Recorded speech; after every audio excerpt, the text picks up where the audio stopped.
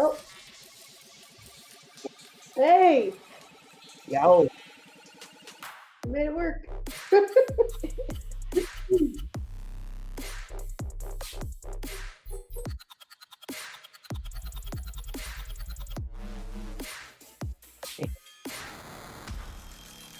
Oh, cool.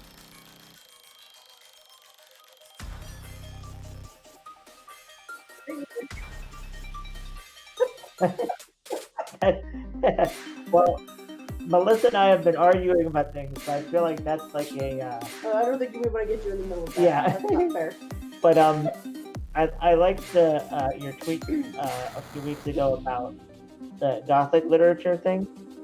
I feel like I feel like that's ripe for conversation because we Melissa and I have very dramatic characters, and recently I was thinking about how one of the similarities between us is that like we all really like the classical literature, uh, and so I was thinking we could talk about how that changed over the years and what we like and dislike about how those things have changed.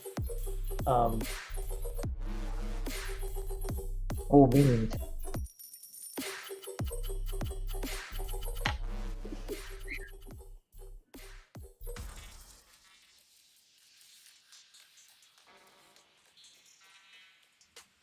Sounds cool.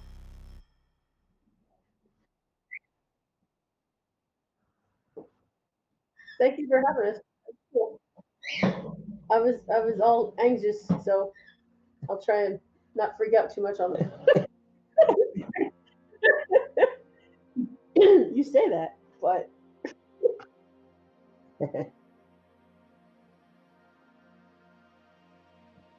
And there we go. Mic is hot. Give me a test 1, 2, 3 from you guys. Hopefully it works. This is the first time I'm trying it this way.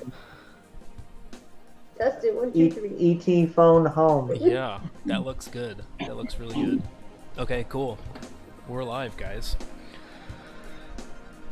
So this is for those of you guys tuning in on YouTube or Twitter. This is something I normally just kind of draw here every once in a while, but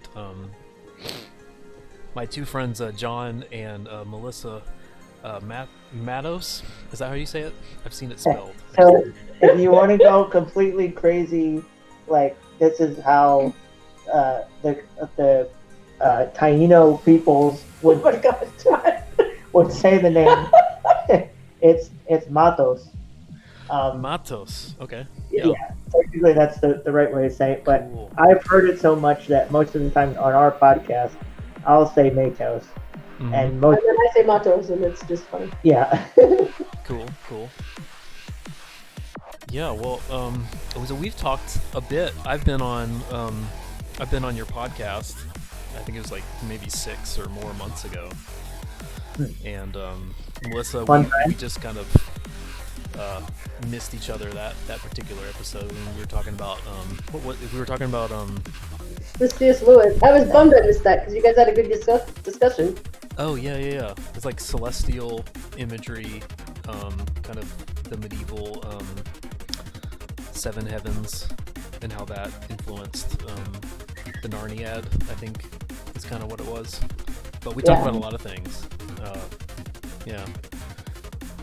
Angels, other things. And then since then we've talked about on Twitter we've gone back and forth about Gothic literature, I guess, and what makes something Gothic. And John and we talked a bit about what makes the American novel and what similarities and differences there are between that and the Gothic. But what do you guys? Twitter discussion. What do you guys think about that?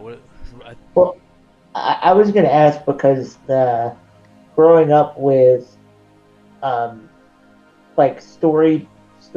Well, it seemed like there were a bunch of people that were starting to do throwback style things. So you think of like George Lucas and Steven Spielberg doing sci-fi and fantasy things that were like serials, but they were kind of not at the same time. Mm-hmm. And it seems to me like with Gothic literature, I saw somewhat of the same thing where like all the books that you have to read in high school are like Lord of the Flies and Catcher in the Rye, and it's just interesting to me that now with young adult literature being so popular, there's kind of a push back towards like stuff that to me as a comic book fan reads more like comic books and like that type of more like genre literature. So it's funny because it seems like now there's this divide between, yeah, there are some books that you read that are like great American novels, but they're all for like college professors to read. Yeah. Right. And then you have stuff that's more fluffy, and that's the stuff that sells. So like that's my it's funny because there's certain types of pretentious, like this is the American novel, that I don't like, and there's stuff that I do, and the same goes for genre literature. Like there's stuff that I was joking about, like that bugged me about like Baby Yoda and like and, like all this like new like commodified genre fiction, but then there's stuff that I absolutely adore and like can't get enough of. Like we watched The Dark Crystal, and I thought that was amazing. Yeah. And we're rewatching Gargoyles now that that's up on Disney Plus.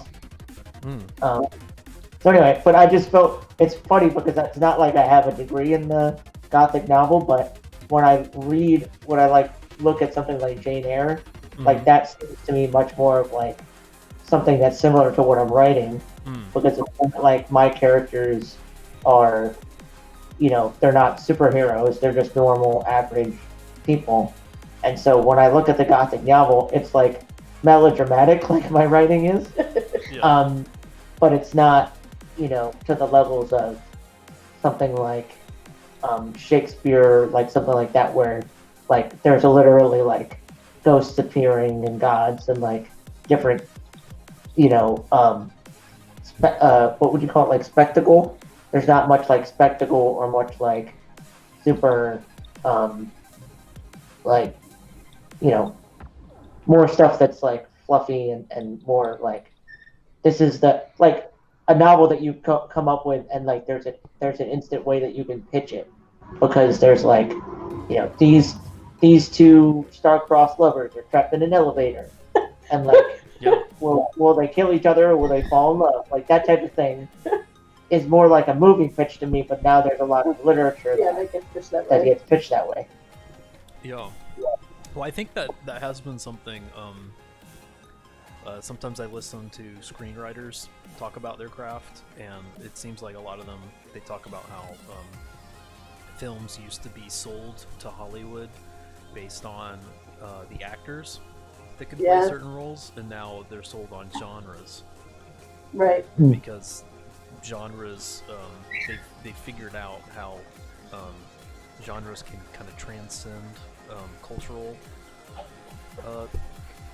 regionalities, I guess, you know, and they can speak to a more international audience by tapping into, you know, like superhero genre in particular has been the latest one, but there's been several that I guess appeal to audiences whether they speak English or not, or, you know, come from our particular background.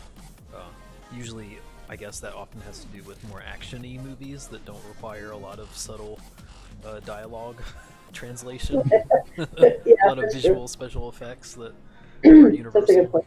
But and it's, Melissa actually told me that she came up with, or not, you didn't come up with it, but you were hearing like the new term is heroic fantasy. Now, is that something that comes from the gaming side of things, where like, or is that more literature side of things? I think it was from the literature side of things.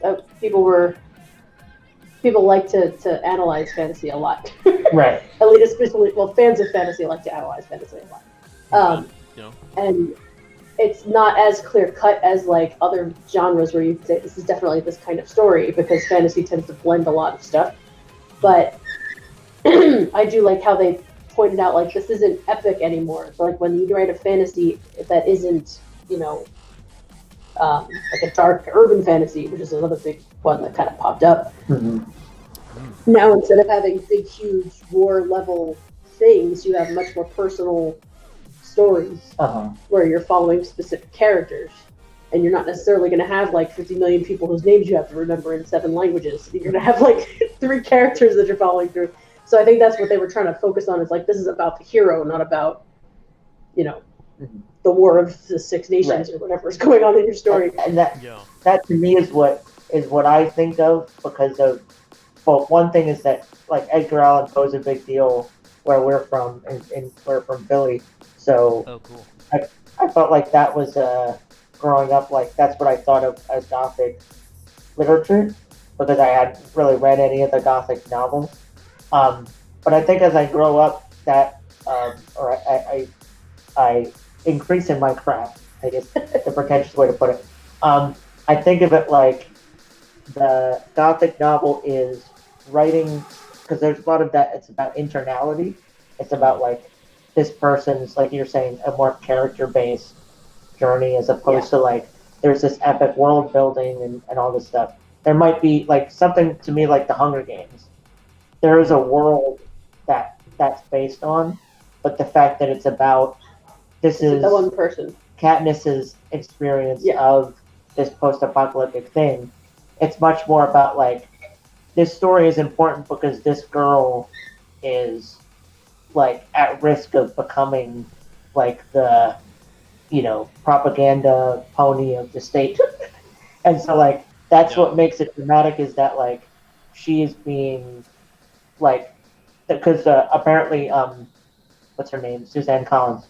So Suzanne Collins was saying how she came up with the story to begin with was she was watching like war footage, and then she turned the channel and it was a reality show, and she was thinking like, oh, what if like being at war was like being in a reality show?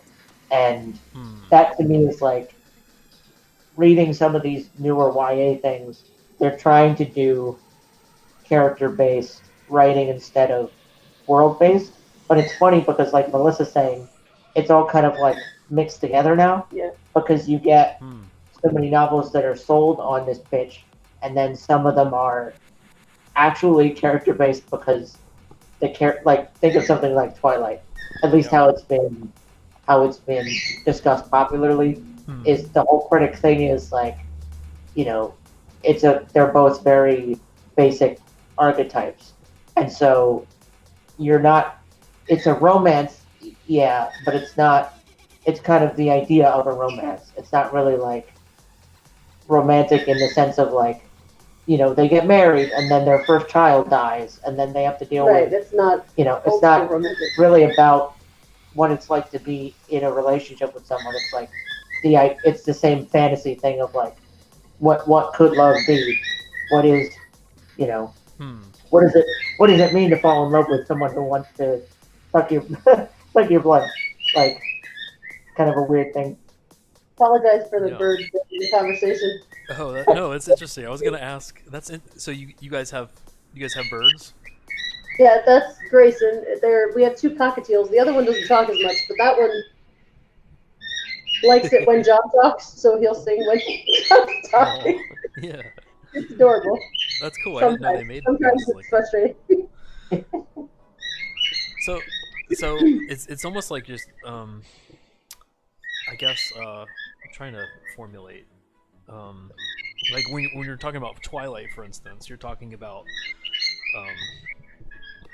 like archetypical sort of characters, I guess, that have a tried and true kind of Actually, the way he was saying it, I guess it's kind of more like an idealized archetype. It's not really idealized. And I don't want to say stereotyped because it wasn't quite that flat.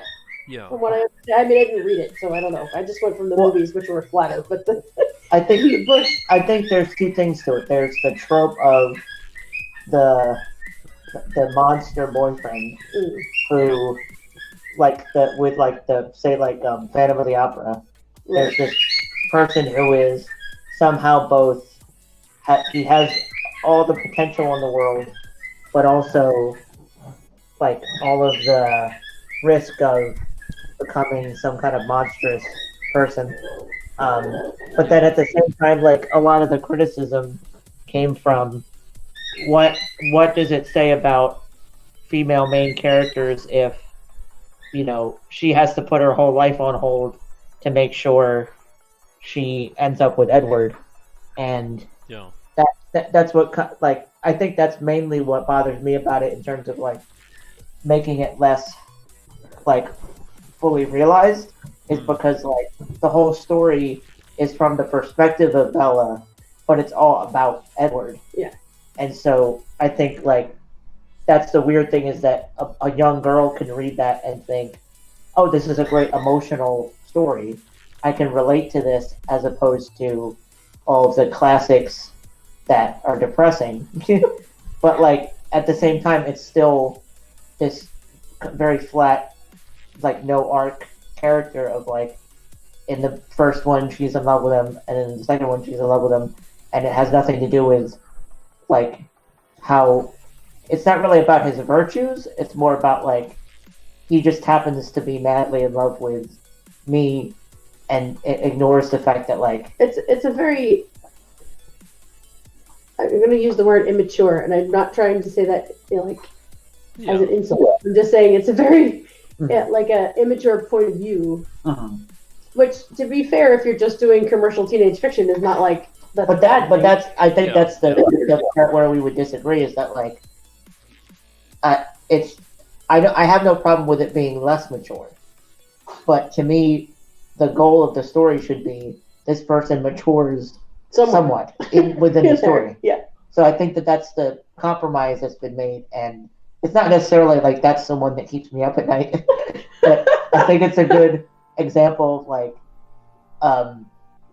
it's weird because you kind of to me you get the least of both worlds where like it's mostly about the love story, but then it's not a very good vampire story at the same time. Right. How do you feel about the one that you read recently? Do I have to talk about that one? I know if you have a better example, maybe that you would prefer to talk about of like vampire fiction. Well, yeah, I mean the '90s it was popular, I guess, in that time. So there's maybe some other ones. Like I said, I didn't read a lot of it, so most of what I got was movies. And you know, I was a huge fan of like old school classic black and white Bela Lugosi Dracula, like that one I liked. But I actually liked Interview with a Vampire because I thought that was a lot more of a like if you're really going to look at somebody who was forced to live for that long and didn't really necessarily want to, here's how that might play out. And that I think was a fun look at that kind of thing where you're trying to get a character to mature through this weirdness. I don't know. Yeah, that's a great one. Yeah. I really want to get your perspective though, because as somebody that's writing something that has fantasy elements, yet it seems like you really care about the historical accuracy of it. What's your take on it? I mean, I guess I don't know, I like historical, I like history, but it's still fantasy, and I think it's important in a story to ring the bell of fantasy in the opening chapter so that people understand the amount of creative latitude that you're going to take throughout the course of the story, so they're not merely expecting an historical drama, you know. So right at the beginning I've got supernatural elements, and I think so I mean, for me, like, I think of just when it comes to history, I mean, part of it's just like a branding thing, like how do you distinguish yourself from other storytellers? Well, this is one way I'm doing it, but another way, like, I just think of it as a sandbox, and I like to build a really intricate sandbox and then do whatever the heck I want to do once it's kind of built, you know what I mean? So like I might have a timeline that's rather rigid, that's hitting some points that you can read today in your history books, but it's there's a lot of gaps in between, and they're kind of like rungs on a monkey bar sort of thing, and then I can, whatever happens between those different rungs, I can do whatever sort of gymnastics I want to get to each one, including fantasy stuff. So I kind of dig that. That's a really good description of your. Well, it reminds me of the. Rather than get into the argument, I'll get into the solution of, at least in my mind, what the thing was that I was thinking about genre as if things that are genre fiction should have the same function as the things that I like to read and write. But I think what I found was, like you're saying with having a sandbox that you like to play in, what I was discovering was there are just some writers and creators that care more about form maybe than I do about like the function of like what's the message behind what you're trying to say. And so it's funny because even as somebody that like parrots a lot about like, or preaches a lot about like realism and like consequences, like if this person does this thing to this person, how would they really react? And I like care a lot about like earning different dramatic moments. As much as I like to say that, I also just like to come up with some kind of message, and then maybe part of me also does really care about just writing a really cool novel around those ideas, and not really like, because I think growing up reading Christian fiction and watching Christian movies and stuff, it just seemed like the whole point of it was this movie is crafted around the monologue at the end that's kind of like a sermon. Yeah. And the whole idea was like you're trying to get to this one moment where there's this like literal and figurative come to Jesus moment where the character like comes to a realization. And when I started writing the Seven Deadly Sins series, my point was what would a Christian movie look like, or a Christian book look like, if it was everything but that cathartic like final monologue. You would still have to get some kind of catharsis through reading the thing, but I wanted to write something that didn't feel that neat and tidy. And so that, but I think right now what that's making me is unbearable to talk to, because I'm trying to push a thing that's not necessarily what everybody else likes to do. And like you're saying, like, people like to build something and then be able to play around sometimes with the form in it. Well, I think people are more ready than maybe they have been in the past for surprises, and I definitely think people are more than just Christian audiences are interested in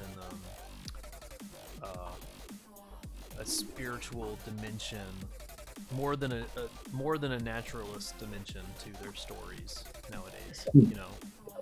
Like people used to talk about post-Christian Western culture. I think we're in a post-secular Western culture now in a lot of ways, where people are looking for, just various ways of rounding out like a dimensionality that they felt like the last 30 or so years, or 50 or whatever, have kind of been lacking, and whether that's, and I think superheroes, I think that ties in to something that feels legendary. And I mean, you talk to comic book people and they'll talk about like, these are our gods now, like this is our pantheon. This is going to be the only nonfiction book I ever write. Is going to be. Melissa thinks she came up with this idea. I know. I don't think I came up with it. I just want to write a book on it. I just want to plagiarize it. about comic books being American mythology, because that American is mythology. Yeah, with a capital M in the fullest sense that people know they're invoking like the ancient Greeks and all this kind of stuff. Like that's what people are trying to do, and I think it's really fascinating. They're trying to explore and interrogate and preserve this sort of like how do we talk about ourselves in a larger than just material beings kind of sense. That's totally what people are doing. And then just crossing back to like you're talking about like how do you tell a story that speaks truth and like resonates on a Christian level and yet doesn't preach. Like I think that's one of the things that's always drawn me, like even before I was a Christian, like to the Gothic as a genre. I think, I mean, you guys know, you read Dracula, you read Frankenstein, you read classic Gothic literature, and it's saturated in a spiritual framework or specifically a Christian framework where there's like a real sense of palpable personal evil and palpable personal good, and man being tragically caught in between those those forces. And yet there's no sermonizing it. Well, I guess it depends on what you read. Maybe Frankenstein probably does a little bit. Yeah. Depends on the book. But it's there. It's in a way where it's like it's the it's almost like it's so saturated throughout the book. Like if there's a moral to the story, it's in every page in a sense that like it's like it smells like the theme. You know what I mean? Like you never escape it.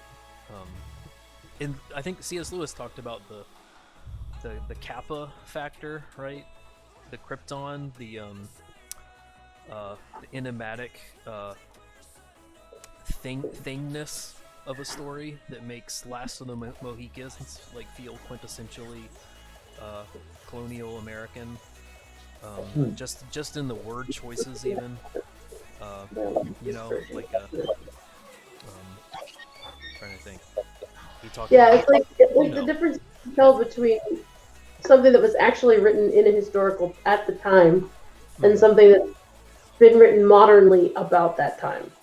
Because there's a lot of people like in my head the biggest example is Sherlock Holmes.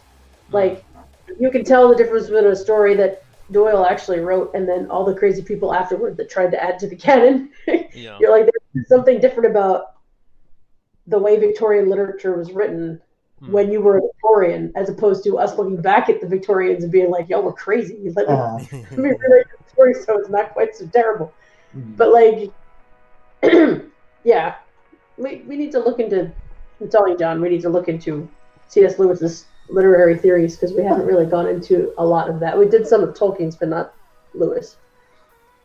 Because my YouTube has been giving me a bunch of like essays from him, just like videos, like there's one guy who's been doing sketches of outlining like his Mere Christianity like chapters, and then but recently it's been suggesting different literary things, like he had an essay about chivalry and like what does chivalry mean, and I was actually just that you mentioned post-Christian stuff. He wrote one about like a lot of people nowadays are calling people who don't go to church pagans. Let me tell you what pagans really are.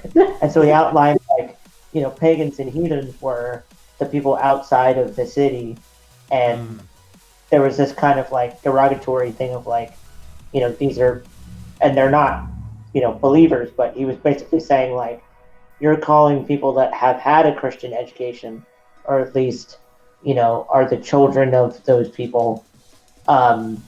You're calling those people pagan, but they're not pagan, they're post-Christian. And so, but I think now that what we're in is this interesting time where, like you're saying, people are interested in spiritual matters in general, and the narrative is such a powerful way of showing, like you're saying, that lived-in experience. And that's kind of like the thesis statement of my novel series is like, I want to show the lived-in experience of being somebody that is tangling with faith. And like there are people now, it's funny, that are like, yeah, I worship God and I also worship Buddha and I also worship Allah and that type of thing. Yeah. Or you have people that are generally like like maybe like the people that are interested in Jordan Peterson now that are saying like, oh, I didn't know that there was so much rich truth in the Bible. I don't think that it was literal or anything, but but there's still a recognition of this wasn't what I thought it was, and like that to me is why I chose Gothic literature as a template for writing, was that you get kind of the idea of somebody that is existing in a world where spiritual matters are taken for granted, I should say. And that even if it's something like Dracula, where it's like, and then this, ancient evil decided to invite me to his castle, like there's still that idea that, of what it really represents, and it's not just like, where nowadays, like it seems like a lot of the things are about ethics and political, and embedding the political into things. Yeah. As somebody who is writing, sorry to cut you off, but No. I just felt like Melissa wrote something that's very politically driven, and I've been teasing her about. Cool. I've been teasing her about she's a populist, and that like a lot of her stuff is about that, but because she's on a public forum now and she can defend herself, I feel like that would be nice to do. About populist? No, I fully owned it now, because I forget what we were watching the other day. I was like, we were watching The Queen. And The Queen. If I didn't have The Queen, I would have canceled Netflix 3 years ago. The Queen is, all I need. And so they were going through the part where they decided to televise the coronation, and I was all for it. And John and me were arguing about why that would or not be a good thing. I'm just like, but they're your people. Why would you not want your people to see you get coronated? Is that a word? Yeah, I believe it is. But anyway, I think it's funny that John calls my story politically motivated, because I didn't really go into it thinking it was politically motivated at all. And then I got to like about 3/4 of the way in, and I'm like, oh my word, what am I writing? Like, what is this stuff? Like, because I actually have like a church in my fantasy story, so there's like all these comments about church and what that does or doesn't do for you, and there's a whole group of people that are kept outside of civilization, and so there's all this like legal stuff about what happens to people that are of both sides and all this stuff. So it got really weird really fast. And I wasn't like good political literature, to me, people don't, when it's done well, people don't call it a political story, but it is. It's just talking about societies and how they need to, how people, the people versus rulers or versus authorities, like how are things balanced, and it's in so many stories do that, but people don't call it political because it doesn't, I think popularly people call political stories political because they're just hitting hyper current event topics, with kind of like tabloid good versus evil portrayals of certain this or that. But it sounds like you're dealing with the real deal stuff, so that's a goal anyway. Yeah, political in the good sense. That's to be about specifically calling out like any current political anything. Right, it's just not propaganda. Right, it's recurring issues that humans have with these kinds of things. We're not, it's like this is the first century where this kind of stuff has happened. Like, we're human beings, and human beings have been doing this for eons. It's just I think it currently looks. And you had commented on it, Matt, when I was bringing up the topic on Twitter. It made it seem like you were on the same page with me, that like a Gothic novel, instead of being propaganda where you're going into it saying this is what the answer is, the novel is instead, or whatever work of art it is, you're saying, I'm using this work of art to be a vessel for whatever happens. I'm like working it out through that thing, right? So Yeah. what I'm thinking is that like in writing something because there's such a like um, railing against like popular narratives or like things like taking scripture literally or things like a certain political party allegiance or anything like that. I think that the idea of like, listen, I went into this trying to really ask the same questions that you're asking, and I wasn't driven by like, oh, I'm going to do this because that's what's socially acceptable. The idea is I'm going to do this because I'm the storm that is happening within this novel is the storm that is happening within my heart. And it seems like when you read stuff like It's Gothic pretty literature, you feel like that is So happening. that's our next stream, right? We're going to talk about the storm within your heart. Sounds like a great title. Oh man, I listened to a podcast from the BBC about Sturm und Drang, I think is what it is. The German Gothic movement. Storm and that sounds scary. I was gonna say German Gothic sounds like I don't know. That's like hardcore Gothic. Yeah. Oh gosh, it was very different from British. I won't interrupt you. So what's it about? Oh, it was a little while ago, but it was a little more pessimistic, a little more angry. People committed suicide at the end often. It's not just about people falling in love and trying to escape together. It's often just unrequited love that just starts bad and ends worse. It's kind of what Sturm und Drang was, I think. What's that? Are you looking up that quote? Yes, I. He has a really good quote about different nations' versions of literature, and he's going to look it up because it's worth quoting properly. Oh yeah, that would be. But side note, which while he's looking that up, I borrowed the Neverending Story, the novel, from the bookstore today, or from the library on my phone. And there's a novel apparently that was originally a German novel. No kidding. The Neverending Story. Oh, really? I would not have pegged that for a German story at all. I would not either. But apparently it was. So I'm curious to see how the book may differ from the movie version. Oh, yeah. Yeah, I'd be interested too. And that's another thing about watching that movie is that, okay, so next topic after this tweet is children's movies in the 80s, because we could write so many books about that. Yeah, coming correction. But anyway, I came across this tweet a few years ago now, but it was so impactful that I always remembered it. So it's by Existential Comics, to give them some credit. Russian novel, does suffering have meaning? French novel, does love have meaning? American novel, does work have meaning? German novel, no. Yeah, that's pretty much it. Nope. I was like, that is perfect. Yep. Well, I think it's funny. It's funny that we're talking about Gothic lit and post-secular age. I think now is a really good time to be writing Gothic lit. Reading and consuming and thinking about it, because I mean, what was the Gothic? That's a flavor of a romantic movement that was a reaction to and rejection of, in a lot of ways, of the neoclassical Enlightenment rationalist culture that the sons and daughters of that culture rejected. They saw their parents growing up in a hyper-rationalist secularizing world, and they said no.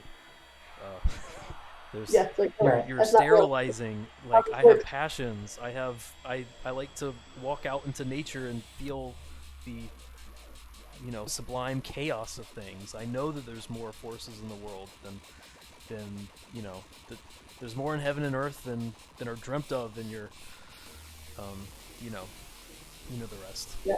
And I feel like that's exactly what people are doing today. And that goes with politics too, but it goes with their storytelling. It goes with the popular novels that are being written. People are totally and it goes. It's always about self-identity, right? And how we fit into society. And it's almost like, I think kids. I mean, I'm in my 30s, so I'm ancient history by like Zoomer. Don't make me feel old, man. That's not right. But I feel like a lot of the kids these days are, I think they're tapping into like some sort of, they're finding a way to personalize this sort of neo-romantic movement where they can just embody through social media presence, through how they kind of interact with their friends in kind of some sort of meme-worthy way, where they can plug into a meta narrative that's very emotional and built on a lot of instinctual reaction. Anyway, I don't even know how to finish that thought, but it feels very romantic. Yeah, no, I agree. Makes sense. Well, I think bringing up meta narrative is interesting because I just watched, I made Melissa watch a documentary about what does Twin Peaks mean. Oh. And yeah, man, was that ever not what that I is the appropriate reaction, Matt. Because it was I don't born know if that's going to go anywhere, but I'd love to see someone explore that. It made a lot of sense how he broke it down. I was like, oh that was not what I expected at all. Right. But okay. To maybe summarize it, it's good luck. The idea was that he thought David Lynch was trying to say we've gotten to the point where violence is consumable. So you watch the CSI Miami and Horatio Caine is like, don't worry, guys, I'll get the bad guy. And like you don't really see any of like the grief from the family and the horrible like weight of having to see dead bodies like every week and all that like it's a fantasy version of something that shouldn't be really fantasized. But what I thought was interesting was that after watching the documentary about his interpretation of Twin Peaks, my whole thing was like, okay, so I agree, but why then did you make something just as horrifying and like it seemed to me? I don't think he accomplished his goal as well as he was intending to. Right. So what I thought was interesting is that it seems like meta-narrative in the 80s and 90s was, let me make something that is mean-spirited and condemning of you, the viewer, you, the lazy, the lazy viewer who doesn't understand. Yeah, because that was basically what all it was. High art. You guys are too lazy and not in both creating television and watching television. So I'm going to make something that you have to work really hard to understand, and also at the same time be condemning you for how lousy television is. And you're just like, why? Right. What? But like, I agree with you, Matt, in that like there seems to at least be like because of podcasts and because of the rise in like independent voices both in journalism and in literature, there's this fighting back of like, literature could be something that is life affirming and it doesn't have to be obscure to have deep meaning. But at the same time, like there are people that understand like that this doing metafiction in this like new way where it's like it's not just commenting on life as if the author knows everything about how the world works, and you better be like me, big author pants. Yeah. Can I make you a shirt that says big author pants? That needs to be a thing. Oh, you bet. Well, it's almost it reminds me like, I mean, what was like cinema in the 70s, Oh yeah. It's all about realism. It's all about pulling back expectations. Like bringing your expectations down to earth in a very rational way. I feel like, like kind of closing in, zooming in, slowing down, doing things like Taxi Driver and stuff like this, and The Godfather, and then and that that was a reaction. That was a cynical, rationalist reaction to the hyper, the romantic stuff of the 50s and 60s, and then the 80s happened, and that was kind of a romantic revolution, I guess, back to like how can we make people feel again, Yeah. It's it's always cyclical, but because most of the stuff I remember from the 80s is over romanticized teenage stuff, where it's all about teenagers growing up to, fulfill their emotional desires, and then escaping into imagination.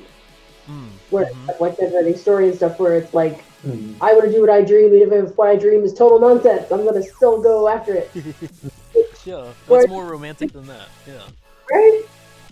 And then you get smacked into the mid 90s where it's like, no, back to reality, y'all. And I'm like, why? So yes, we're swinging faster now because now it's not just let's have a century of a movement. No, it's like 20 years. That's about as much as you get if you're lucky. And I was feeling that in the 90s because or in the late 90s, early 2000s, because what was funny is that you had like sugar ball pop music with like, Britney Spears and like all the 50 boy bands that were popular. Yeah.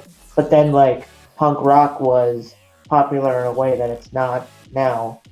But we still have this amalgamation of different musical genres, and it seems like if you want to, you can find stuff that is very like nihilistic and cynical, or you can find stuff that's like completely emotional candy and like just kind of top 40 stuff. And I feel the same way with with literature to some extent, because it's like you're part of this movement with indie comics that I never saw coming, because like the comics seem to me like, okay, so there's they're doing, like, I was subscribed for a while to like different Marvel comics. I was a big Marvel fan. Oh, sure. And then I drifted off of comics like maybe a few months, like 6 months maybe after like Walking Dead started.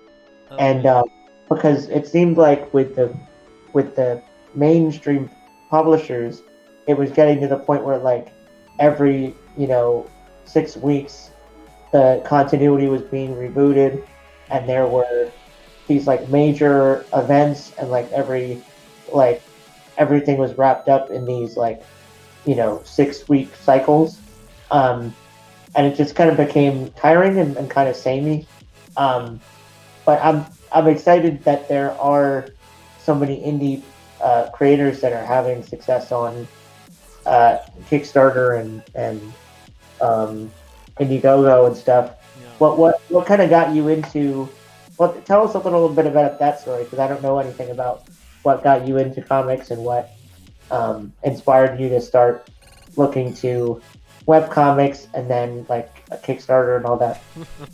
You're a much better dialoguer than I am. Oh.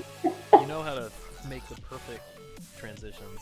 He's had to wrangle me for a while, so he's got practice now. I got put through the grinder. Yeah, you must be a writer. No. Gosh, well, I guess it was movies. I wanted in high school. I didn't know anyone who wanted to be a film director, so I thought, well, if I go be a film director, it must be, no one else I know wants to be one, so it's probably a pretty stable field. No one's thought of this in my town, so that got knocked out of me pretty fast, like freshman year of college. But I realized I really like storyboarding, and I like script writing, and then from there, I just realized that, hey, like, I really dig illustration. I've always been drawing, but apparently I really like narrative drawing. Well, what is that, And it was the kids around me. I didn't grow up reading comics, other than European stuff. Like I did a bit of living out overseas, or my family did, growing up, so I'd pick up like Tintin, and comics to me were like adventure comics. Nice. So, or just exposed to a lot of, the Europe, like basically everywhere outside of America is, comics have as many genres as there are genres for novels,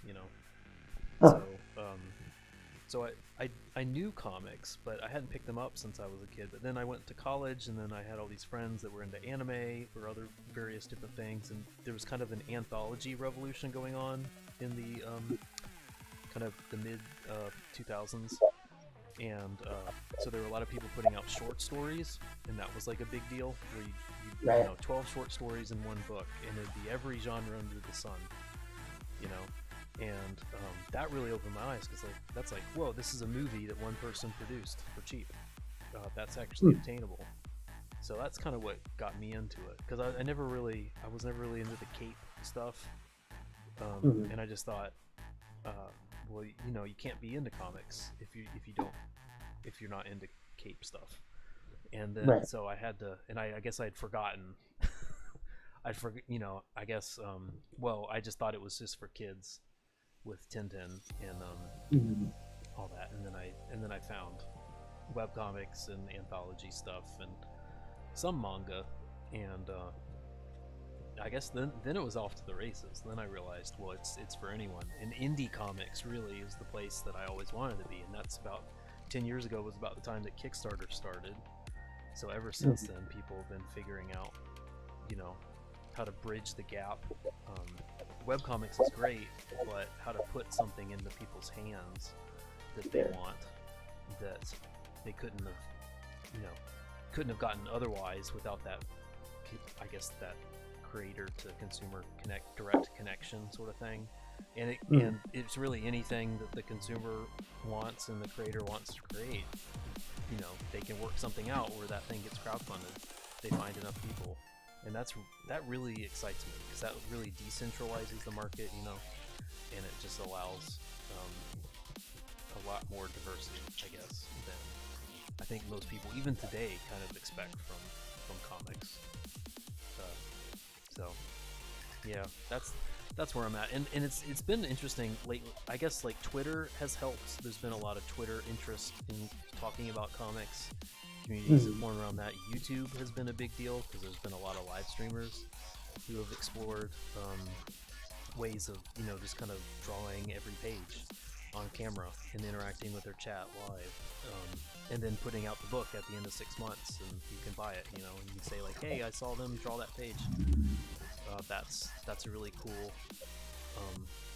amped up level of engagement. But I'd say nothing new has changed to indie comics, because indie comics has always been really you know, by definition it's been very decentralized and very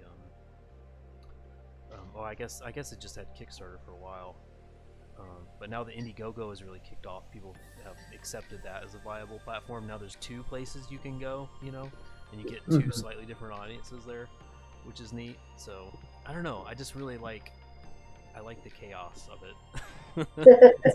I don't know where it's gonna go. Every year it's like, oh my gosh, is this still gonna work? But it's a fun, and I guess it allows for you guys, I don't know, I hear a lot of things from writers and how it's difficult to connect with an audience when you're just writing, unless you've built up over a long period of time like a really interested reader base who's willing to go to your blog or willing to go to your website, read updates. But if you can pair up with an artist, and I mean, this can feel, and I understand this might feel like a cheap way out, but if you can pair up with an artist and make a comic version, you know, like visuals sell. Hey, that's a good plan. Why are you pointing at me? We'll be in touch. Well, look for the book. Yeah, Good idea. throwing that out there. But yeah, I have a very defensive spirit in terms of my because I think when you're saying that, like, what's funny to me is that so many people succeed so many weird ways. Yeah. And so, like, whenever somebody talks about what the industry is like, I'm just like, that's utter nonsense. Like, there's so many ways. I like to know that you don't think it's anything like what I just said. That's fun. That tells me there's more dimensions. He's got books successfully funded and everything. Hey, I've been chasing his art for longer than you've been. I cannot wait till this book comes, man. I'm telling you, I'm excited about seeing it. Oh, thanks. I know, and really, like, it would be cool to work with an artist of your caliber and any similar callers. So I'm not gonna feign that, but I think that the what's interesting, like you're saying, is that there is an appetite there that people don't sometimes see, like, in their bubble. Like, Melissa took me to a convention, like a sci-fi fantasy convention, and as somebody that had only been to Comic Cons, Oh yeah. it was like night and day. Like there were, like for example, they did a thing called what is that? A knitter clash? What was the word? Coffee clash? Coffee clash. Coffee clutch. Coffee something. Whatever. You went and had coffee with authors, like at just a small table, and you could hang out and talk to the authors of these books. Right. So it gave indie authors a chance to connect to an audience, but then gave you as an audience a chance to actually meet, people that had written good stories. And that time, like, it was cool just to see how different it was and what, like, a place where it was. And I think that's another thing is that, like, Comic Cons to me had become a place where, like, all the Marvel cast and different, like, cosplayers and stuff come and they meet their audience, and then, hey, if you want, like, a better deal on maybe some, like, amazing hardback comic that you wanted to get, maybe you'll go to get, like, really good collectibles and, like, merchandise and stuff. But it really wasn't a place to connect with comic writers and artists, which is what initially excited me about it. But the reverse was true about the sci-fi fantasy convention. Like, most of it was all these people that had dealer tables, and they had different panels, but the panels were like, let's actually just talk to the people at the table. Yeah. Like, they would ask questions like, hey, has anybody seen The Expanse? What do you think about it? Yeah. And it's like, you could literally just, if you liked sci-fi fantasy, you liked the topic, have a, like, panel discussion that you and the authors talk, and like she was saying, the coffee, whatever. you could go and, like, have a beer or water or coffee with these people, and they just, like, it's an informal conversation. It was really cool to see that about the state of sci-fi and fantasy, and that it wasn't just, there's still a lot of excitement around it. So it kind of changed my perspective on it. Yeah, and you know what I think the appeal, I'm going to go out on a limb. I'm going to guess what the appeal is for you, because I'm going to assume this is a universal truth. The appeal, because what attracts me to that is that it's there's a human touch to that element now, where it's not just about merchandise, it's about forming relationships with real people. It's really exciting, and the content, it's always new. Like, you can go to any Comic-Con and buy Flash Rebirth or something in hardcover, but you can't have that conversation with that particular writer except that one time that you had it, and that's a precious moment. And the next time you go, you're going to meet someone else. You might meet the same person every time, but you're going to have a different conversation. There's a freshness to it, Right. Which is really exciting. Exactly, yeah. And that's the same thing I think people are getting. I guess that's the real appeal with what live streaming and social media has been able to do, but particularly live streaming, because it's like, it's just people like you and us, just like having a chat, and people that are interested can be in the chat. Maybe they can come on with us. They're having discussions with us in real time. That's really fresh. That's really fun, and you can learn in real time, like, what the struggles are with writing. And you can ask you can ask about some trash movie that you saw recently and what their thoughts are on it. And, like, that's invaluable. I don't know why. It's so great that bandwidth, I guess, has gotten to the point that we can actually pull these things off, I guess, relatively easily. But yeah, that's the most exciting thing for me. Like, all these people, we're just finding we're more connected than ever. We realized about 10 years ago, I guess, that connectivity is stifling and making us less human, and so we spent the last 10 years trying to build back towards each other in some sort of weird post, I don't know, we're trying to humanize technology back to build bridges back towards each other again, I guess. It's funny because before we went on live, we were discussing it because Melissa hasn't had the what would you call it? Like, I guess the mindset was different about like you know, like you're going live. Yeah.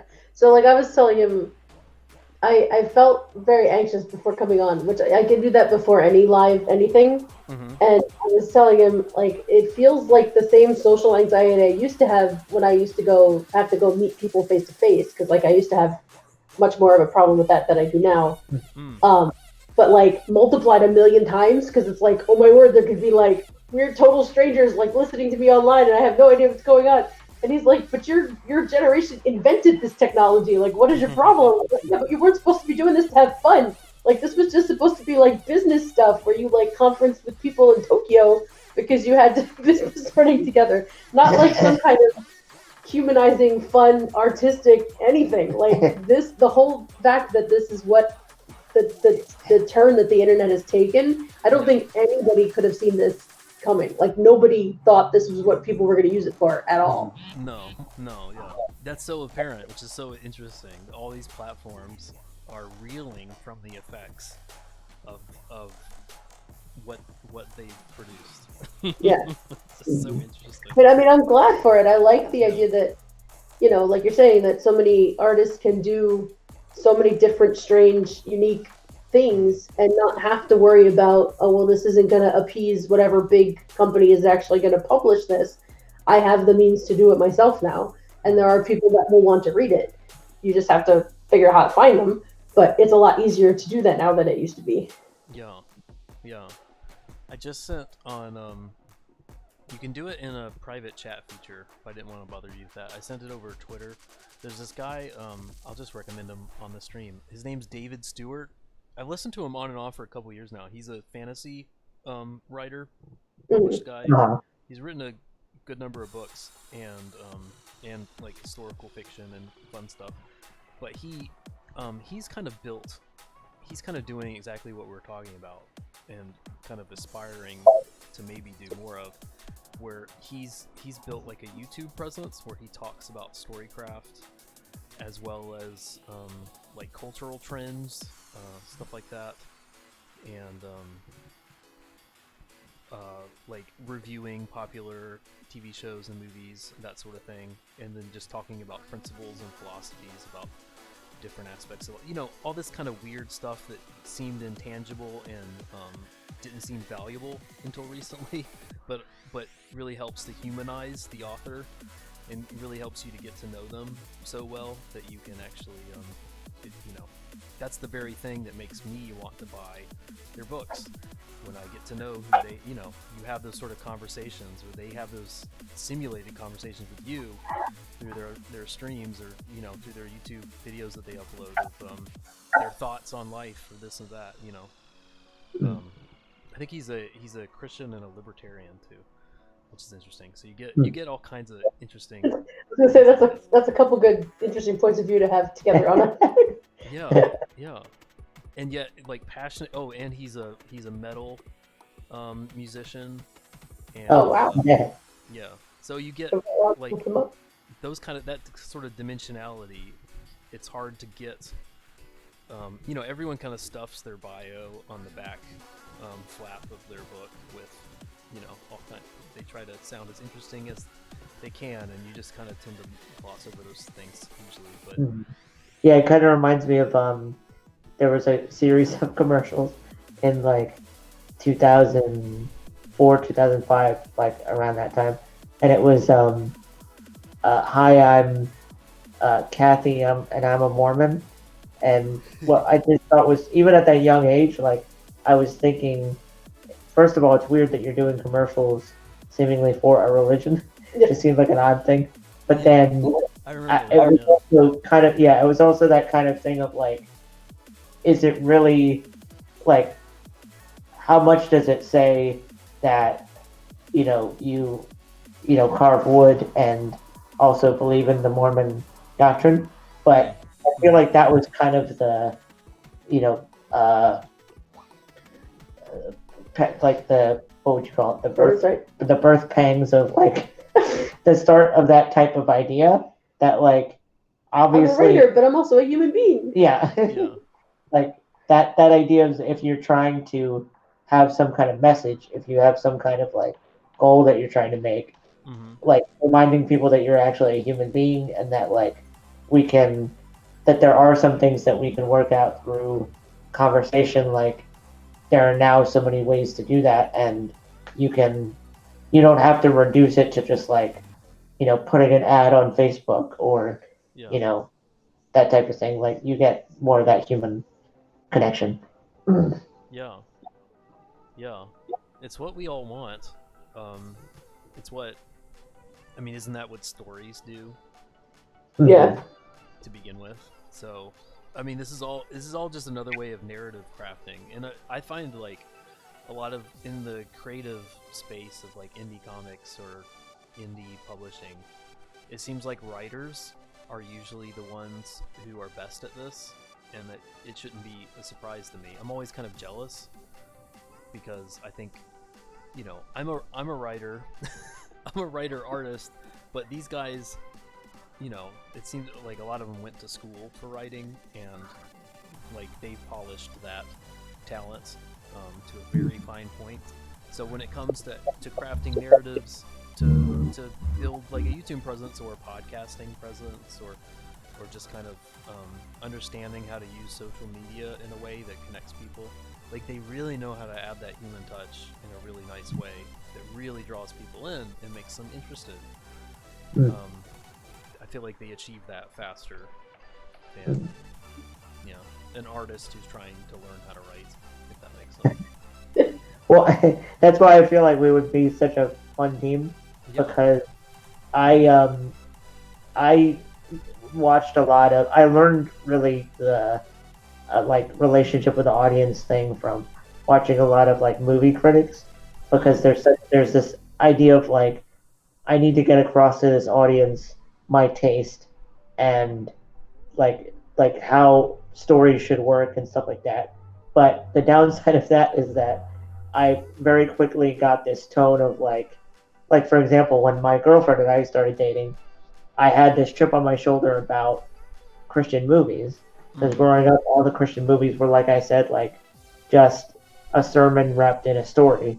And so going to see them with her, I got this idea of like, wait a minute, maybe this is just a different type of storytelling, and I can get a grip, or maybe this girl won't go out with me anymore. Right? So the idea was that like, yeah, like there's that inherent like need to connect with people and want like desire to describe, but we also like, I think an artist has that advantage of you don't necessarily have to explain it, because with pictures, yeah, like you can see, oh, that's what this is, and there's that instant recognition.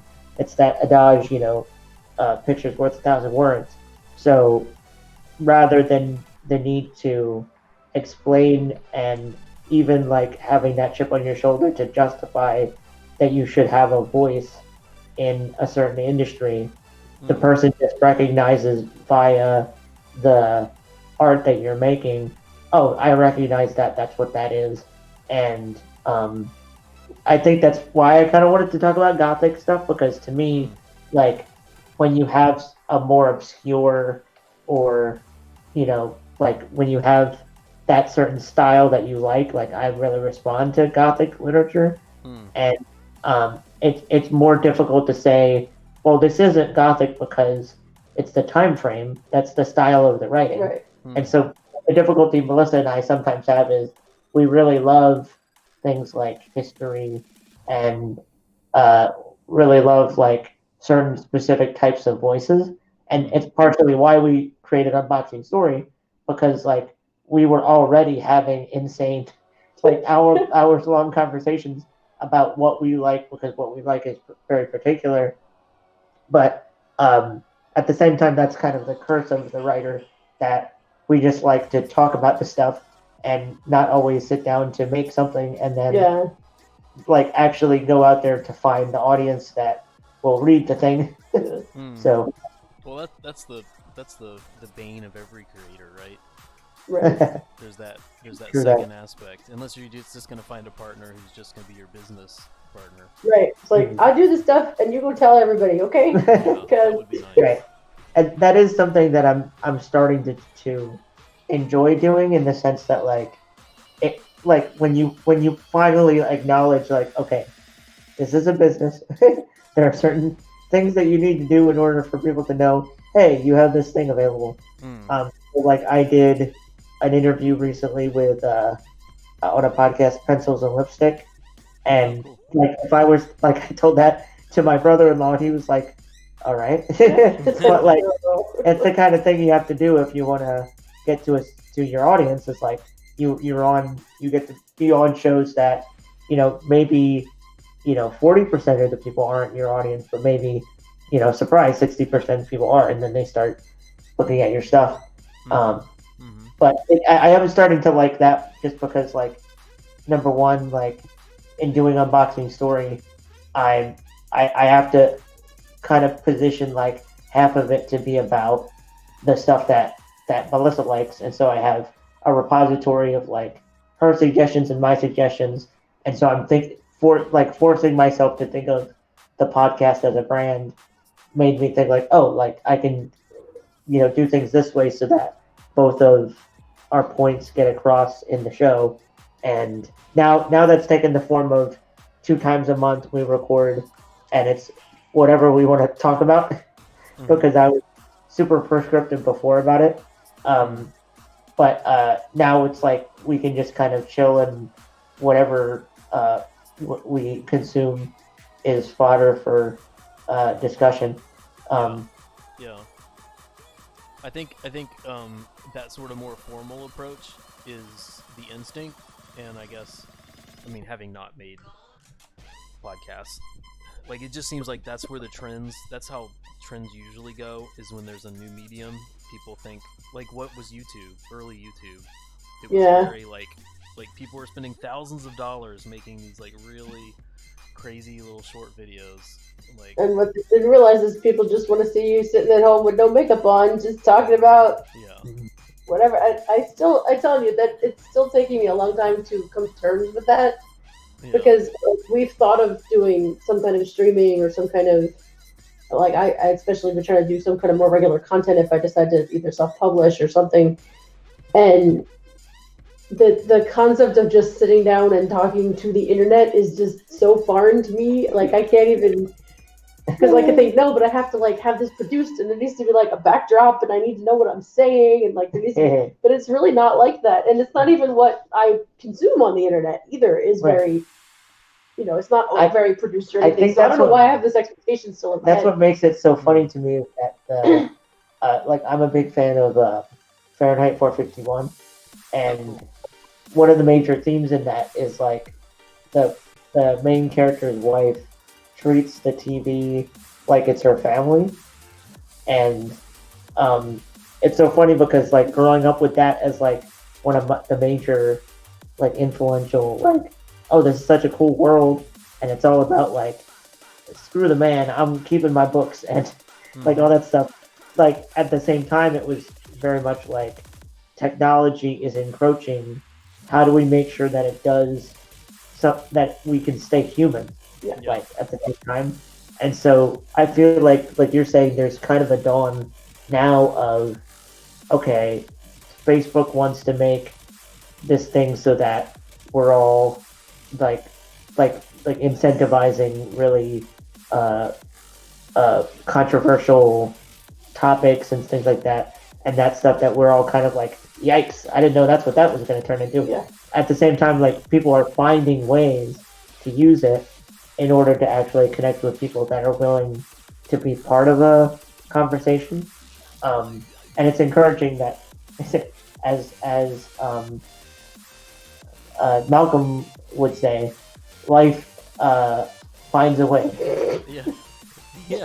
Humans are gonna human, and if they have to resort to hacking the system or becoming pirates or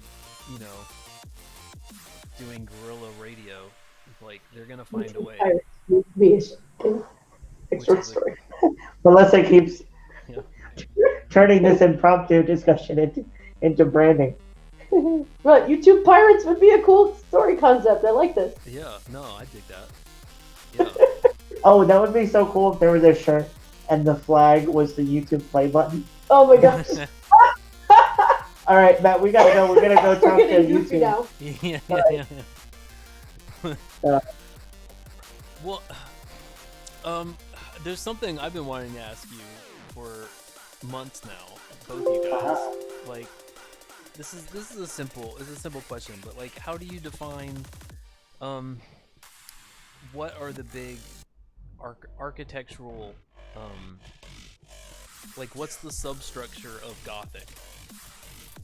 Like, what do you need? What do you need in Gothic in order to tell a Gothic story? Well, I think we it's cool to figure out what you don't need, and I feel like we explore that a lot. But So I always want to start with the idea of the internal becoming the external, because it's because it's funny because I was rewriting starting to work on rewriting the last manuscript I finished, and that book was using Jane Eyre as a example, and I started reading what the plot was, and I realized that the woman in the attic in that story, maybe she's not really like another character. It was a way of the author talking about her dual natures. And so, like, yeah, like, that's a character and that's, like, a plot point that needs to be resolved. But it's also a way of saying that person is something like her. And what does it mean to marry this guy when he's got, like, this dark side to him? yeah. And so, like, that to me is, like, reading all that stuff as a hormonal teenager. I read this idea of, like, oh, like, this is, like, what writing and what literature is like when instead of fantasizing away your emotional feelings, you just plug them into this thing and that becomes Frankenstein. Like, it to me was so much more like rigorous of a literature, because it was, you weren't saying like, oh, this is like Captain America is symbolic of America. It was more like, this is the character's internal life projected into this story, and it's the thing that in reading that and reading Edgar Allan Poe, that felt like not just romanticism in terms of like sentimentality, but the idea of like this person's life is an adventure because chaos is in them, and like it needs to be discussed in some like rigorous way. So that all that to say, it's very character based. I guess is a way. No, of but in a that. different way. I like that the internal coming out. Yeah. I was gonna point out some more just like basic stuff. So like there is a definite. That's what humans do. I don't know what I am, but yes. No, but I mean it's just a really good overarching point. So there is a definite good and evil, I think, in most of the story, in all the ones, right? Because there are some stories now, or at least there has been a chance where like things get very ambiguous, but this is not ambiguous. Like there is a good and there is an evil, and it's scary. There is secrets, lots of secrets, usually. And it's the fault of the secrets that there are problems, right? Like, you have this dark something that people don't want to talk about, but it needs to be talked about. It needs to be dealt with. Right. It's just people are like trying to like brush it away or keep it outside of civilization, whatever it is. They're trying to separate it from themselves, and it's not going to happen. That's a good point. I was going to say there's usually somebody really broody, but that's just kind of a factor of what you were saying, where it's like this internal emotional problem that they're dealing with, so they're brooding about. But I think the idea of macabre is a good way of describing it, because I think, like, if you're going to be reductive about it, you can just say like, oh, it's very melodramatic. Oh, it just deals with like, oh, it's like very like depressing. Right. Is a way you could like criticize it. But I wouldn't even call it depressing. What I find depressing is like the current nihilistic stuff. Right, but that's why that stuff at least usually has some sort of victory. Yeah. Right. That's why it resonates with me, because it's not, the point isn't this is an unsolvable problem. Because we read for the podcast pretty early on, we did I Have No Mouth and I Must Scream. And it's part of the new wave of sci-fi, right? It was awful. And yeah. My kind of verdict after reading it was, oh, this is what would happen if you write something and you know that there's a problem, but you know you can't solve it, and maybe probably nobody can solve it. But I felt like with the Gothic novel, the point is kind of like there is some problem. There is, like you're saying, there is some spiritual struggle that no one is willing to name. But what's so powerful about it is that usually the main character at least names the problem and has the hope that that they can find peace. Yeah. So I think that's what's interesting, is that not all of the time is there the prospect that the main character can solve the problem and like irrevocably solve it.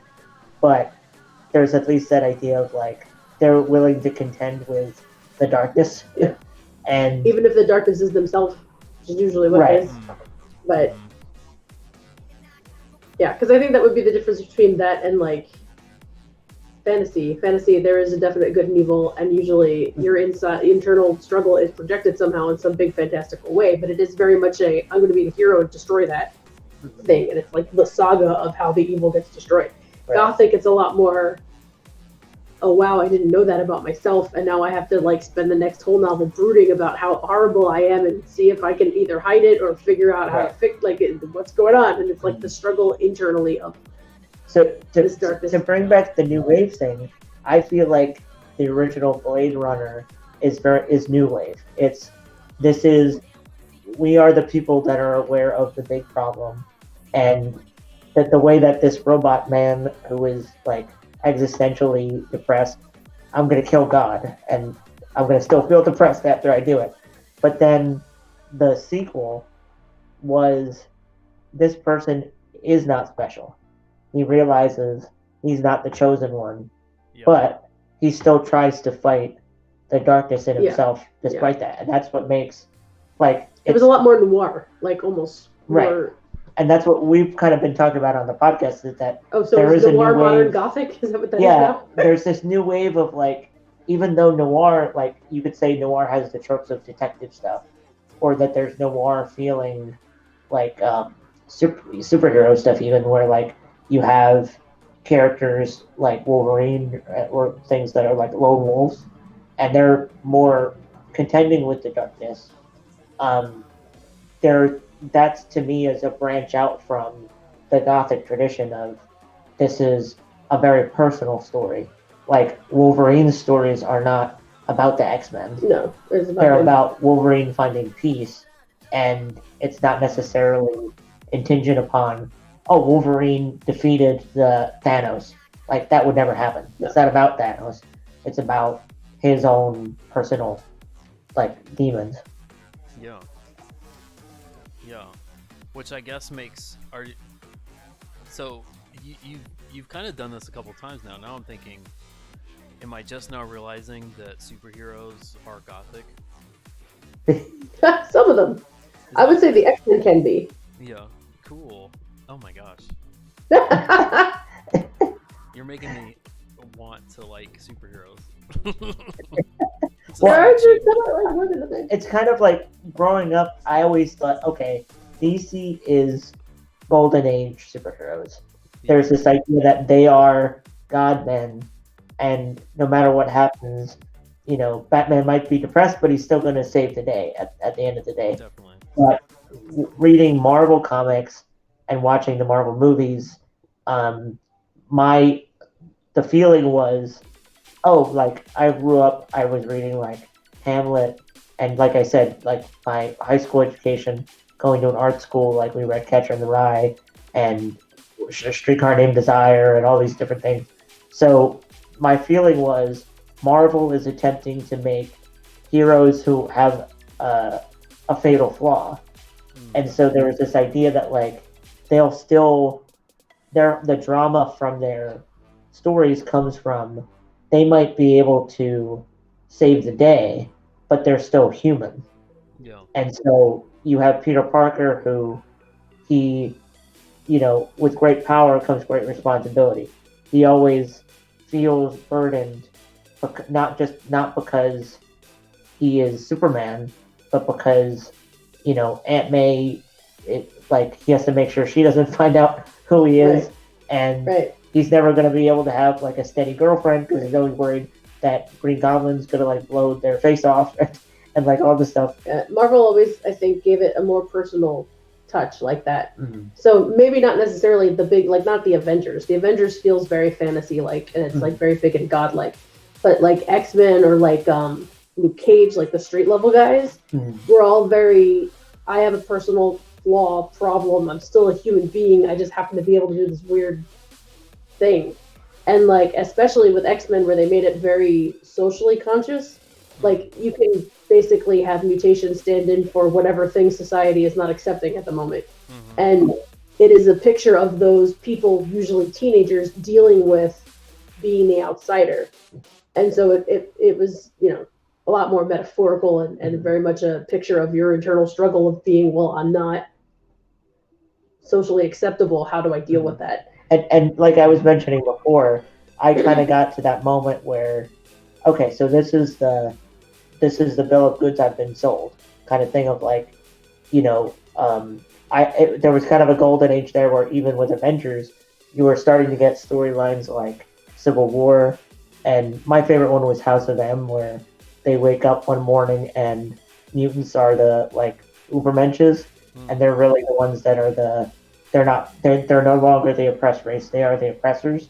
And it was very philosophical and very like existential, and then it got to a point where I felt like, oh no wait, it's become a traditional hero's journey thing again, and it was a little less interesting to me at that point. But I think with those types of stories, like you're saying, we've gotten to this point now where it's really like a Russian roulette. Like you could pick up something where like it might look like, because there's this type of glitz on it and there's like a certain type of thing to make it look commercial, but when you read it, like say something like Hunger Games, if you're a dyed-in-the-wool literary fiction fan, excuse me, and you heard of Hunger Games, you might assume, oh, this is just a young adult hero's journey. It's the monomyth. It's the same story as Star Wars and all those things. I'm never going to read this in a million years. But when you read it, it is so rich with commentary about like slavery and even the coal towns and how you balance a personal journey with like an ethical decision, and what does it mean when you're the face of a like movement, and how do you still like go to sleep at night knowing that like there are all these people that look up to you and expect you to be the voice of the people. Like there are so many rich ideas in it that aren't necessarily like, oh, Katniss just woke up one day and she's the chosen one, and because she's the chosen one, she's never challenged to do anything. Because that's how I feel about Harry Potter. Harry Potter was never something that really spoke to me for that reason. That like the main character just kind of walks into the chosen one narrative, but there isn't that Christ passion of it costs him anything. Like being the chosen one sucks. Yeah. Harry Potter didn't really, I mean, he started in a bad place, but then once he figured out, oh hey, I'm the chosen magical person, then it was all fine. Yeah, it seemed like it was all gravy at that point. So I think that's a good dualism of like some things like the Hunger Games, you can really get a deep character study, and there's that idea of like, and also like war has big consequences. Yeah. So like it does have like that epic feeling when you're reading it, but it still feels like a human is at the center of it. But then Harry Potter, you get all of that flashbang stuff from a traditional fantasy, but I don't really feel like there's much more going on. It's still, even if people that are fans of it say like the later books get more like higher in resolution, it still very much to me feels like it's a kid's story the way through. Well, I think clearly, Hunger Games wouldn't exist without Harry Potter, I think, in a way. Sure. But Hunger Games is definitely a second generation attempt on the genre to reform and update and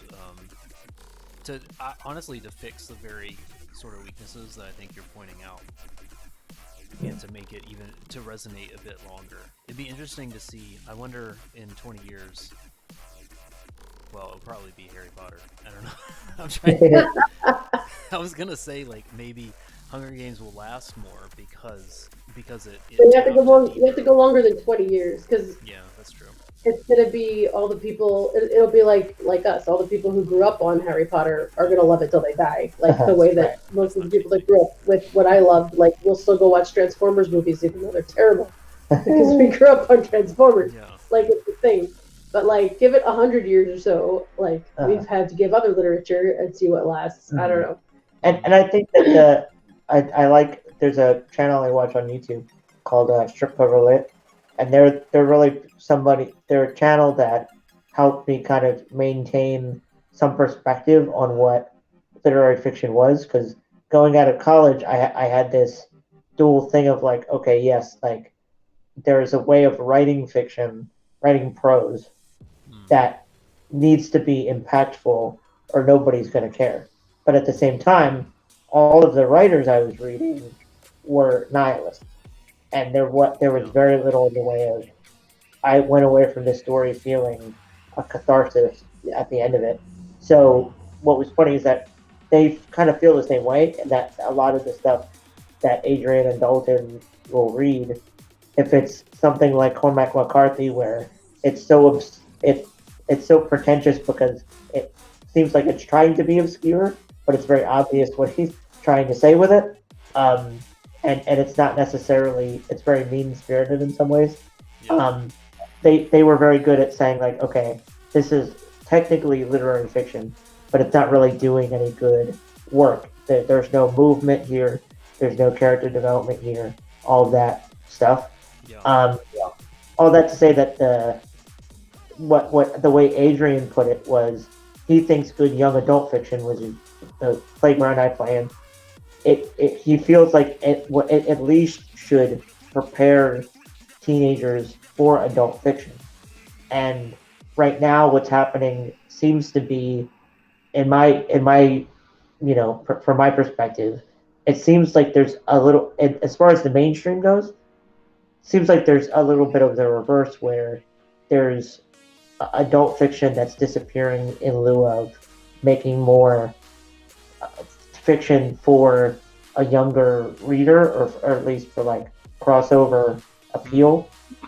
But like I agree with that like if you're making something for teenagers, there's a sense to me that you should be preparing them for like deeper ideas, and that to me is what Hunger Games really does, is that like it's very realistic in that this teenager doesn't like walk in the room with a bunch of like war veterans and like generals and things like that, and she's the smartest person in the room.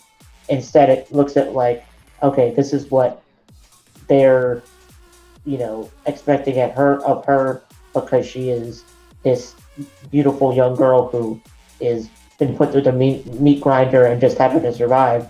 So how does she deal with that? And what is she, as the next generation, going to do about the previous generation's problems? And so that, I think at the bare minimum, like, that is what young adult fiction should do. And I think that there's some that are written more like, okay, these are older children, so let's tell them like a fantasy story that makes them feel good, instead of some of that deeper work. But like I said, I'm very cynical, and No, yeah. there are like you're saying, there are industries opening up and markets opening up that nobody really expected to, Okay. and like with technology, more access to finding the fans like little John from like 2000. That's just like, I want more books like this, and like they're actually proving that fact. Like they do want something a little bit deeper. Yeah. Yeah. Well, I guess definitely, you, just like we were talking about Twilight earlier. I think. I mean, sure. I guess everything is going to be a spiritual successor to, or it's going to be a descendant of Harry Potter at this point with young adult coming of age tales for a good while yet, probably. But definitely, I mean, Hunger Games is inherited down from Twilight. It's descendant from Twilight even more, I guess, and it's fixing things that you brought up that was weak in Twilight. Of like, how does the female protagonist, who's the first person narrator, was she first? Well, I don't know. I Yeah. don't remember. Hunger Games was. I don't know if Twilight was, but Hunger Games was first person.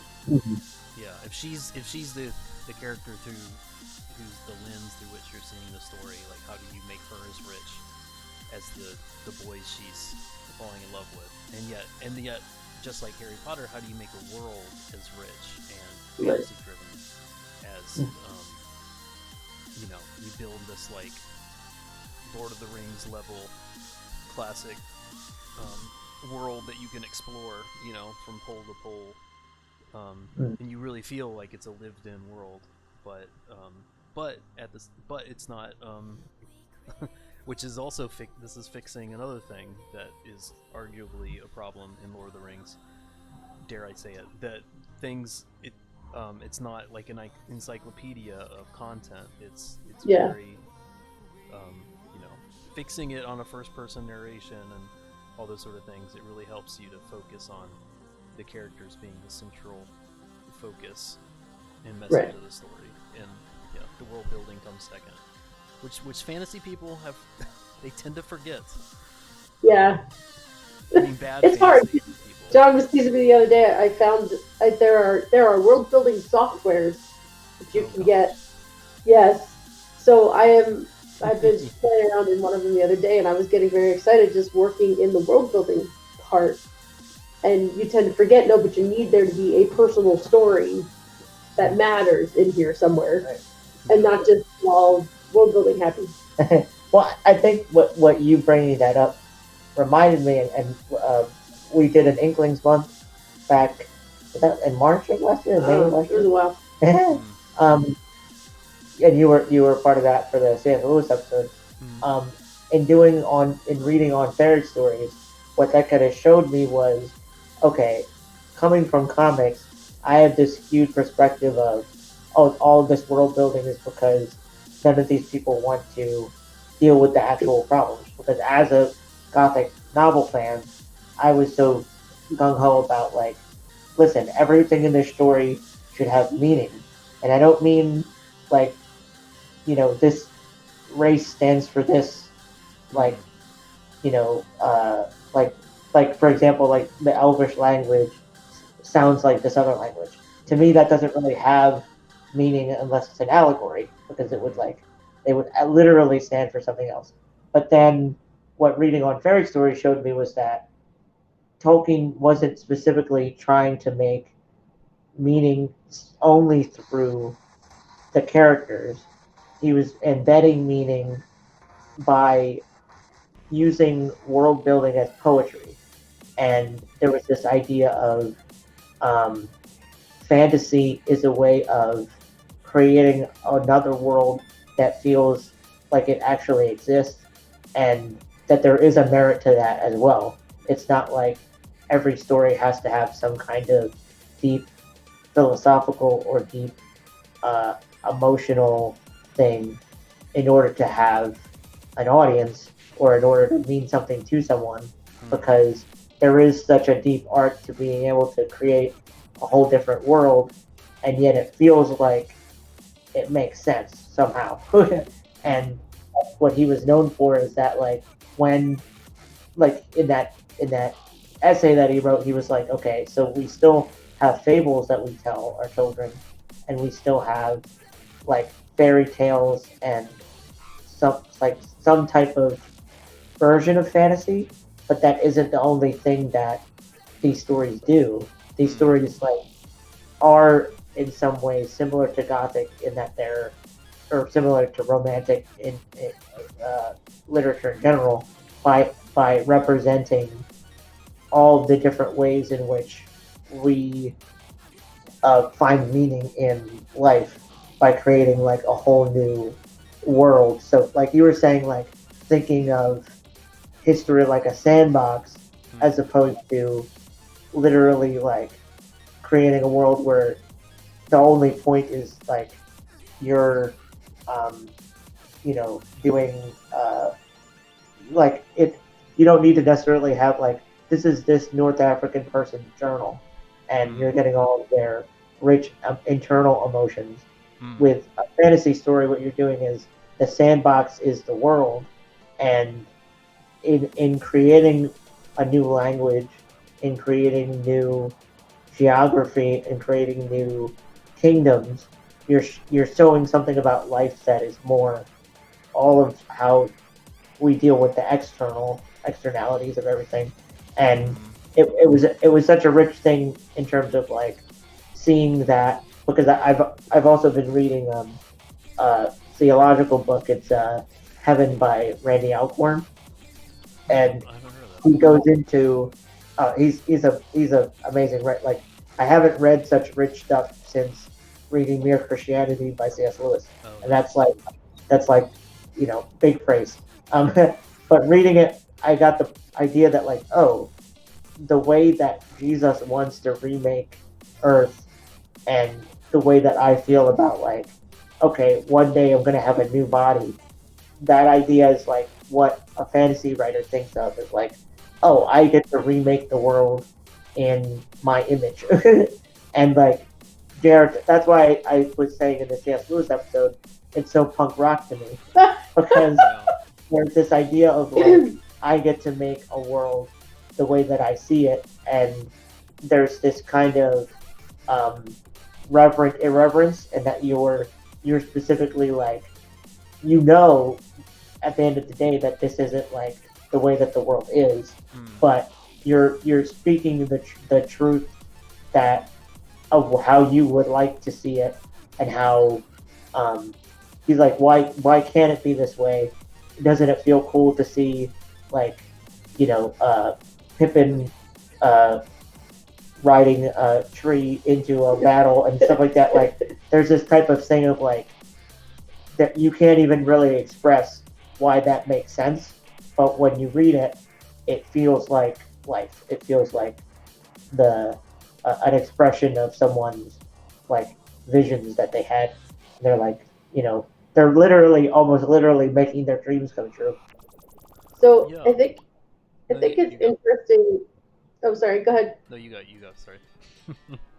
I think it's interesting that people point out so much that that's what you're doing in fantasy, because really, when you write any story, even if it's a contemporary story, you are still writing it from your perspective. You are still writing it. You are building a world as you see it, and you just do it in a more ridiculous way in fantasy, right? Like you exaggerate it extensively, right? You're like, well, we're going to make this so very different so that you can tell that I am making this world up, as opposed to in a contemporary story where you're just like, well, this is how I view the world, but it's close enough to your view that you're not going to fuss about it. Yeah. So really, any story you make is this creation of your world in a story form. And technically, I think that's like all communication, really. You are presenting the world as you see it, and most of the time it's close enough to somebody else's view that you're like okay with that. But then you say stuff about like the sky being purple, and people look at you like, what? But anyway, just wanted to throw that out there real quick. Yeah. Well, I think it's it's fascinating. Like when you said, John, when you said to remake the world in your image, I think that's a really powerful way to think about it, because, like, if you think of the image as it's not merely a picture; it's a reflection of a peculiar set of characteristics, and ideals and values, and like immutable qualities, And so you're remaking a world. You're creating a world built out of peculiar, immutable qualities, which inherently are going to feed your narrative. It's going to be the structure to a story you're telling. You're not just picking things because they're pretty. You're picking them because they you can polish them up in a way that's going to reflect the sort of image you want to portray in your story. I feel like, for instance, like, I didn't just pick the 3rd century Rome in North Africa because I think it's cool. Like, it's really like I picked, like, you always talk about the decline and fall of the Roman Empire. Yeah, this is like the beginning of the decline phase. And so it's like, well, what sort of story do I want to tell? Well, I want to tell one where Western culture is unsure about its future. It feels unstable. There's a lot of conflicting narratives about where it wants to move forward. It's unsure about how to interact with cultures more east of it, and economically things are devalued. People don't know how to have people don't know how to interact with to have, I guess, like, certain religious dialogues publicly in a healthy way. There has to be one way of talking about it, and everything else needs to be kind of kept very private, or it's just better off if you don't believe that at all. There's a lot of that going on in the 3rd century. I think that stuff obviously is relevant, and those are the sort of things. But I'm not trying to build a 1-1 allegorical pop culture, reflection, like a propaganda thing, like you said, John. Like, I'm just thinking, like, this is the world that I live in. I don't understand it very well. I don't have very clear answers, and I've actually changed my mind on things over the course. So I actually know what the narrative looks like from different dimensions, and so I found a historical sandbox that was ready built because it's a historical one. I didn't have to think it up, but I can pretend it's a fantasy because I can just turn it into a fantasy, I guess, by putting supernatural elements, and then just kind of explore that one, but from a different one that's distant in time, so that people feel that it's alien enough to be unusual and weird. But the themes are the same, so that it feels approachable, I guess. Which I think is what everyone's trying to do with fantasy, right? You're always trying to make it alien enough to be surprising, but that's the surface level surprise that draws you in, and it's the familiarity underneath the surface that keeps you there, I guess. I don't know. It's, remaking things in your image, I think that's a very powerful way to say it. And I was also thinking, because of I was listening to a bishop talk about, he was actually talking about Protestants and Catholics, but he brought up an interesting philosophical distinction. Oh no, this came from a completely different source, but it doesn't change the point one bit.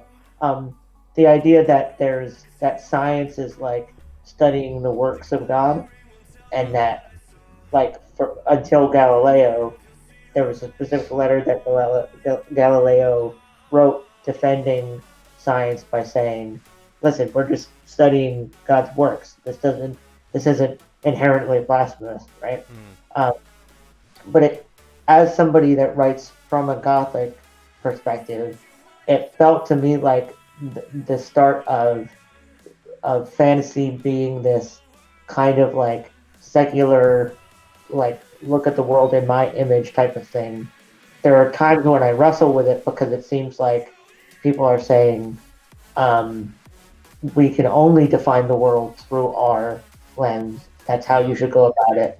But the more that I study it, the more that it seems like, wait, like people like C.S. Lewis and Jared Tolkien were saying, no, this is a very human and thus very spiritual practice to talk about what you see, because in some ways that is still that Gothic practice of you see it that way because you have some kind of relationship with the divine, and that there's this idea that like you, like for example, C.S. Lewis was a fan of talking about the objective like brilliance of the world as the Tao, and using that word, like there's a lot of Taoist poetry that's like, the river is beautiful and it's like all these different ways of describing it, but that's not the way. And that what's interesting to me about that is to me that puts fantasy in perspective, that a Gothic person, depending on your perspective, they're either writing something that is completely self-indulgent and detached, or they're doing the true work of talking about how the world is and how it should be. But then you could also look at fantasy writers that way. Either they're writing something that's completely escapist and nihilistic because the world will never be like this, but let's just forge on this fantasy and let the world burn. At the same time, they could also be talking about the way that the world should be, and how, because they're in touch with some part of themselves that you're not, that you can commune with them with this fantasy, and you can actually be more spiritually rich because of that. And that's part of the like kind of what I'm starting to think of as the thesis statement for our podcast, that like we're actually learning that the other person isn't a complete psycho, and that like when, even if there are differences in our taste, there is actually like cool things that we're learning about what each other likes, and what the how that kind of fiction ticks. Yeah. No, I totally agree. It's interesting. I guess it all depends. If you're gonna remake something in your own image, it all depends on how you define image, I guess. And if that's if that's a merely introspective image, or if it's one that in turn is reflecting something greater than yourself. If you as image are actually just a copy after the prototype, the image with a capital I guess. Yeah, and that, I guess that's the big difference. But yeah, but you have to, but if you're gonna write a story, it's not just gonna be a series of events leading to a conclusion. If you're actually gonna write a real story, it's gonna be imaging. It's gonna have a human element that's gonna be narratively driven in all the ways that make us human. Your story's gonna do that, I think. And yeah, you just can't. It's gonna be inevitable. But I guess you just have to get a good sense, and a lot of the best writers have a relatively strong sense of not just who they are, but how other people interact with them, and who other people are, and they have a greater sense than just themselves of how the world works and what makes reality worth investigating, I suppose. Trying to think. Right. Because I've read a lot of writers of all kinds of backgrounds, and I wish my wife was on here. She reads like very smart things, like the bell jar. I'm over here reading comics, but well, I just found out that that's technically what Cain and Abel is. my first novel. Mm. There's a fancy name for it. Like, no, it's not Romana Clef. No, I think that is what it is. So it's like you take part of your life experience and then you fictionalize part of it as well. Um, there's all these, and no, the first one I found out was what a coming of age story used to be called. It was a buildings roman. Wow. So I was like, yeah, that's gonna sell some books. Yeah, sure. I was called my things a Romana Clef buildings roman. All right, so it's been fun, but I am fastly fading. yeah, Oh yeah, yeah. Well, we've been doing this for 2 hours now, and it's Yeah. very generous of you guys to give me this much of your time. We had some people in the chat, and they just said that they were enjoying it, Oh, great. oh great, and then we had some other people who were they didn't have any questions, but had some people who also said they couldn't listen. Actually, it turns out Thursdays is kind of a busy night for live streaming, so I think a lot of people were just like, oh, interesting, subbing, I might come back later, I want to hear this in the recording afterwards. So oh cool. and Well, that's mostly because of what you guys were I- saying. So No, it was great for you to have us, and Yeah, thank you. even if this was like somehow going to be a complete total disaster somehow, I wanted to at least like get all the like glitches out of the way because I feel like talking to you is pretty cool, yeah, and I wanted to be able to find out a way that we could do it, so that like everybody hears us correctly, and like I'm always as much as I put on a face of like I got this, we're gonna do it. Like I'm always worried that like I'll be on live and there's gonna be some horrible like squealing noise that the microphone makes for like an hour and a half and like nobody's listening to. Everybody like clicks on and they're like, oh no, that person doesn't have their stuff together, so I'm exiting it. I hopefully, well, we'll see what the recording sounds like, but I'm pretty sure things went rather smoothly, thankfully. And I did something I haven't seen anyone else do. I'm actually recording. We're using StreamYard to talk to each other, but I'm just I'm recording off of that through OBS and then sending that out. Oh, cool. Okay. I don't know. We can John, talk shop another time. it blows my mind. I don't get all the technical stuff. Yeah, it's taken me. Yeah, we're all months. in dribs and drabs. Brave new world. Yes. Yeah. What? I can't thank you guys enough. I hope we can do it again sometime, and I'd love to come on your podcast and talk about stuff too. Just kind of Yay. Yeah, we're all for it. It's been a blast. ongoing relationship, I'm sure. Yeah, and like you said, like I actually just got a like master class book on doing comics, and it's certainly something that I love. It's a world that I love. So that type of thing, whether it's just like we find a way to get to the same convention one day and park next to each other, or it's actually working together on something, that's totally a fun prospect. So, Yeah. Okay, yeah. Well, I gotta I have to get these 4 books out of me first. And I can understand that. I'm halfway through the 3rd, so that's encouraging. But I'm gonna be looking for work in about a year, I think. We'll talk. We'll talk more. But, oh yeah.